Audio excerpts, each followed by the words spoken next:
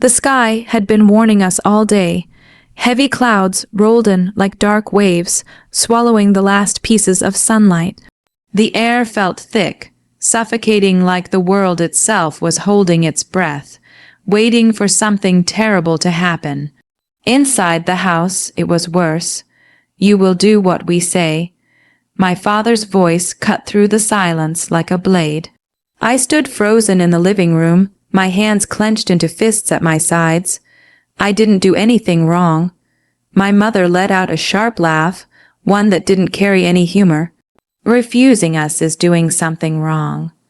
The argument had started small, like they always did, a disagreement, a demand, a line I refused to cross this time. But tonight, something was different. Tonight, they weren't just angry. They were done with me. Outside, thunder rumbled low and threatening. "You're being dramatic." My father snapped when I didn't respond. "All you had to do was listen. All I had to do was lie." I shot back before I could stop myself. Silence fell. "Thick, dangerous." My mother's eyes hardened. "Then maybe you don't belong in this house." The words hit harder than any storm outside. I stared at her, waiting, hoping she'd take it back. That this was just another one of their empty threats. That she'd sigh, turn away, and everything would go back to the way it always was. But she didn't. Instead, she walked to the front door. Opened it. Cold wind rushed inside immediately, carrying the smell of rain and something wilder, something uncontrollable. "Get out," she said. I didn't move. "Mom." My voice trembled despite my effort to steady it. "There's a hurricane coming." "And?" she replied, not even looking at me. My father stepped closer, his presence heavy and unyielding. "You made your choice." Choice, that word again. As if standing up for myself was a crime, as if honesty deserved punishment. Another crack of thunder echoed louder this time, shaking the windows. "Please." I tried again, softer now, "just for tonight." For a second, a single, fragile second, I thought I saw hesitation in her face. But it vanished as quickly as it came, out. Something inside me broke then, not loudly, not dramatically. Just quietly, I walked toward the door. Each step felt unreal, like I was watching someone else move instead of myself. The wind howled louder as I got closer, almost like it was calling me or warning me. I stopped at the threshold, my heart pounding in my chest. This was my home, wasn't it? I turned back one last time. "You're really doing this?" Neither of them answered. That was answer enough. I stepped outside. The rain hit me instantly. Cold, sharp, relentless. Within seconds, I was soaked. The wind pushed against me, nearly knocking me off balance. And then the door slammed shut behind me. The sound echoed in my chest louder than the thunder. I spun around, panic rising as I grabbed the handle. "Locked, wait," I shouted, banging on the door. "Please, open it." No response. "I'm sorry," I yelled, even though I didn't know what I was apologizing for anymore. "I'll do whatever you want." Still nothing. The porch light flickered, casting unstable shadows across the walls. For a moment, it felt like the house itself was rejecting me, like I had already been erased from it. "Mom, Dad." Only the storm answered. My hands slowly dropped to my sides. The realization crept in, cold and heavy. They weren't coming back. Another flash of lightning split the sky, illuminating everything in a harsh, white glow. The empty street, the bending trees, the closed door in front of me. I took a step back, then another. My chest tightened, but the tears didn't come yet. They stayed trapped somewhere deep inside, mixing with something else. Something darker. I turned away from the house, from them, from everything I thought I had. The wind howled as I stepped off the porch and into the street, each step pulling me further away from the only place I had ever known. Behind me, the house stood silent, unmoved, as if I had never been part of it at all. and ahead of me only the storm waited. The storm didn't just rage around me, it swallowed me whole. Wind clawed at my clothes, rain blinded my eyes, and every step forward felt like walking against something determined to push me back. The streets I had known my entire life looked unfamiliar now, twisted by darkness and fear. I hugged myself tightly, trying to keep some warmth, but it was useless. The cold had already settled deep into my bones. I didn't know where I was going. I just knew I couldn't stay. A loud crash echoed somewhere behind me. Maybe a tree, maybe something worse. I flinched but didn't turn around. Looking back felt pointless now. There was nothing for me there. My house, no, their house was gone to me. Another gust of wind nearly knocked me over, forcing me to grab onto a street sign to steady myself. My hands trembled violently, whether from the cold or the fear, I couldn't tell anymore. Just keep moving, I whispered to myself, though my voice was barely audible over the storm. But even as I said it, doubt crept in. Where are you even going? The question hit harder than the rain. I didn't have an answer. For the first time that night, panic truly set in. My breathing became uneven, shallow. My chest tightened as if the storm had found its way inside me. What if I didn't make it through the night?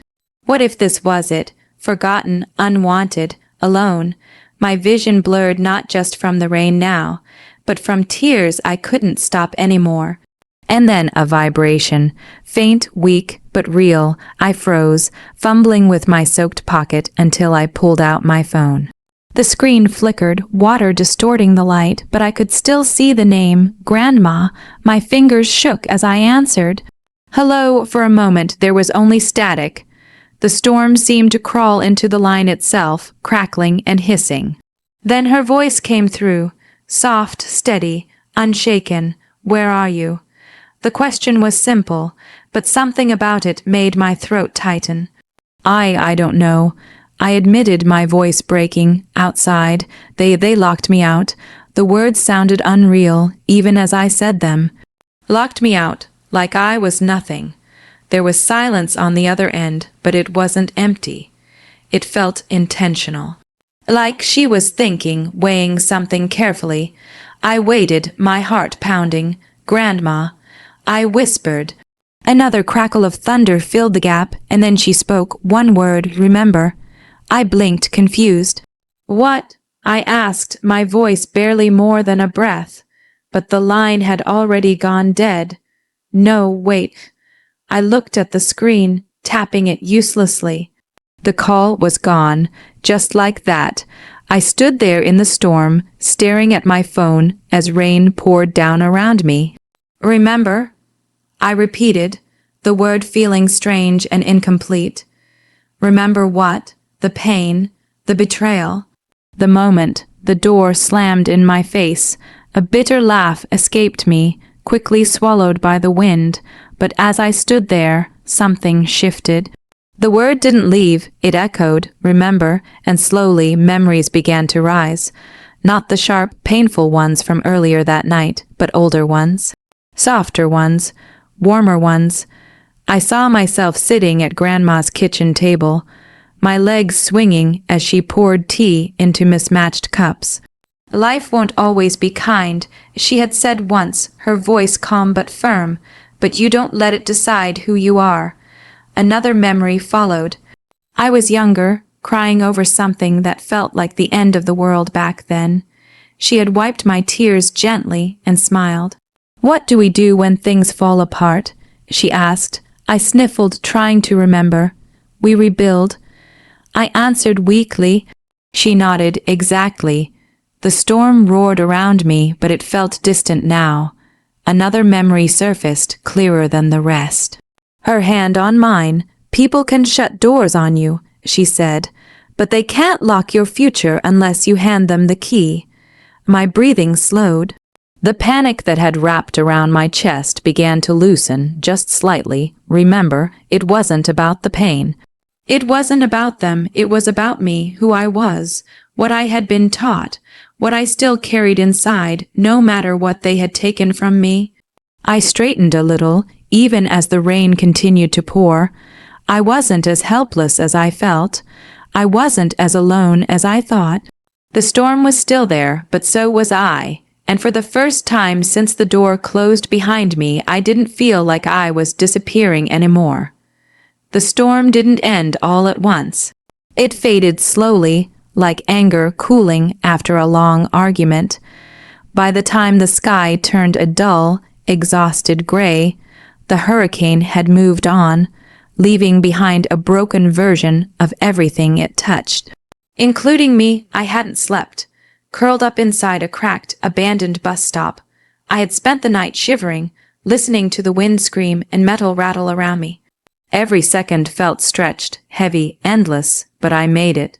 Somehow I made it. When morning came, it didn't feel hopeful. It felt quiet, too quiet, the kind of silence that follows something life. Changing, I stepped out slowly, my legs stiff, my body aching. The streets were almost unrecognizable, branches scattered everywhere, power lines hanging low, puddles reflecting a sky that looked just as drained as I felt. For a moment, I just stood there, alive. That realization settled deep inside me, heavier than I expected. I was still here, and that meant something. My phone was dead now, my clothes still damp, my hands trembling. But my mind felt different. Clearer, Grandma's words still echoed in me. Remember, I took a deep breath and made a choice. I wasn't going back. Not to that door. Not to those voices. Not to a place where love could disappear so easily. Instead, I turned in the opposite direction. Toward the one place that had never felt uncertain. Grandma's house. It took hours to get there. With no transport, blocked roads, and exhaustion dragging every step down. The journey felt longer than it actually was. But I didn't stop. I couldn't, because stopping meant thinking too much, and thinking too much meant feeling everything at once. By the time I reached her street, the sky had cleared slightly. Sunlight peeked through the clouds in thin, hesitant rays. I stood in front of her house, my chest tightening again, but this time not from fear, from hope. Before I could knock, the door opened. She was already there, like she knew. Her eyes found mine instantly, and in that moment something inside me cracked again. But not in the same way as before. This time it wasn't breaking, it was release. "You're here," she said softly. I nodded, but words failed me. She didn't ask questions, didn't demand explanations. She simply stepped forward and pulled me into her arms. And I let go. All the fear, the anger, the confusion I had been holding back poured out silently as I buried my face against her shoulder. "I've got you," she whispered. That was all I needed to hear. The days that followed were slow, gentle. Healing, Grandma didn't push me to talk, but somehow she always knew when I needed to. Over warm meals and quiet evenings, the truth began to unravel. Not all at once, but piece by piece. "They've always been like this," she said one night, her voice calm but heavy with understanding. Control mattered more to them than connection. I stared at the cup in my hands. I thought if I just tried harder, they'd see me. She shook her head gently. "Some people don't see. Not because you're invisible, but because they refuse to look." That truth hurt. But it also freed me. For so long, I had blamed myself. Every argument, every cold silence, every disappointment. I had carried it like it was mine to fix. But it wasn't, it never was. Weeks turned into months, and slowly I started to rebuild, not just my life, but myself. I found small jobs at first, anything to stay busy. Each task, each responsibility gave me something I hadn't felt in a long time. Control, not the kind my parents wanted, but the kind I chose. Grandma watched it all quietly, pride hidden in the softness of her smiles. "You're stronger than you think," she told me once. I shook my head. I didn't feel strong that night. "You don't have to feel strong to be strong," she replied. That stayed with me. I worked harder, learned more, pushed myself further than I ever had before, and every time doubt tried to creep back in, I remembered. That night, that door, that word, remember, it became more than a memory. It became a promise that I would never let anyone reduce me to something small again. One evening, months later, I stood outside Grandma's house, watching the sunset paint the sky in soft gold and orange. The world felt different now, not perfect, but mine. For the first time, I wasn't defined by what I had lost, but by what I had survived and what I was becoming. I didn't know exactly where life would take me next, but I knew one thing for certain. I wasn't that person standing in the storm anymore, and I was never going to be again. Time didn't heal everything, but it changed me. Years passed not in a blur, but in steady, deliberate steps, each day built on the last. Each choice shaped something stronger inside me. The pain didn't disappear, but it transformed. It stopped being a wound and became fuel. I worked harder than I ever thought I could. Long nights, early mornings, failures that almost pulled me back down, but didn't. Every time life tested me, I remembered that storm, that door, that moment I realized I had nothing left to lose. And somehow that became my greatest strength. Grandma was there through it all, not guiding every step, but never far behind. A quiet force, a constant reminder of where I came from, and what I refused to go back to. You don't need revenge, she told me once, as we sat watching the evening sky. You need peace. At the time, I didn't fully understand. I thought peace and revenge couldn't exist together. I was wrong. The invitation came on an ordinary afternoon. Plain envelope, simple design, but the names inside made my chest tighten instantly. My parents hosting an event, a celebration of success, recognition, everything they valued most, and at the bottom my name. For a long time, I just stared at it. They remembered me after everything, after that night, after the silence that followed. A part of me wanted to ignore it, to throw it away and pretend it didn't matter. But another part, the part that had grown stronger over the years, whispered something different. Go, not for them, for closure, for myself. The night of the event was calm, ironically calm, no storms, no wind, just a clear sky stretched endlessly above, as if the world itself had nothing left to prove. I stood outside the venue for a moment, taking it all in. This wasn't the same person who had once stood outside a locked door, shaking and broken. This version of me walked forward with steady steps, not angry, not afraid, just certain. Inside, everything was polished. Perfect, controlled, just like them, and then I saw them. My mother and father stood across the room, greeting guests, smiling like nothing had ever fractured between us. Like they hadn't erased me from their lives when I stopped fitting their expectations. For a brief second, the past flickered. The storm, the cold, the silence behind that locked door, but it didn't take over, because I remembered something else now, who I had become after it. I walked further into the room, and that's when they noticed me. Their expressions shifted instantly, surprise first, then something harder to define. Uncertainty. You came, my mother said, her voice quieter than I had ever heard it. I met her gaze, calm and steady. I did. My father stepped closer, studying me like he was trying to understand something that didn't make sense to him. You look different. I am. There was a pause, heavy, uncomfortable for them, not for me. You never reached out. He added, almost defensive now. I let that sit for a moment before answering. You locked the door. The words weren't loud, but they didn't need to be. They landed exactly where they needed to. Silence followed, the kind that couldn't be filled with excuses. My mother looked away first, my father didn't speak again, and in that moment I understood something clearly. I didn't need to hurt them.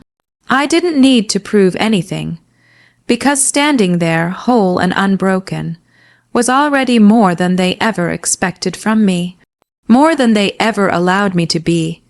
I hope you're doing well, my mother said finally, her voice softer now, but unsure. I gave a small nod.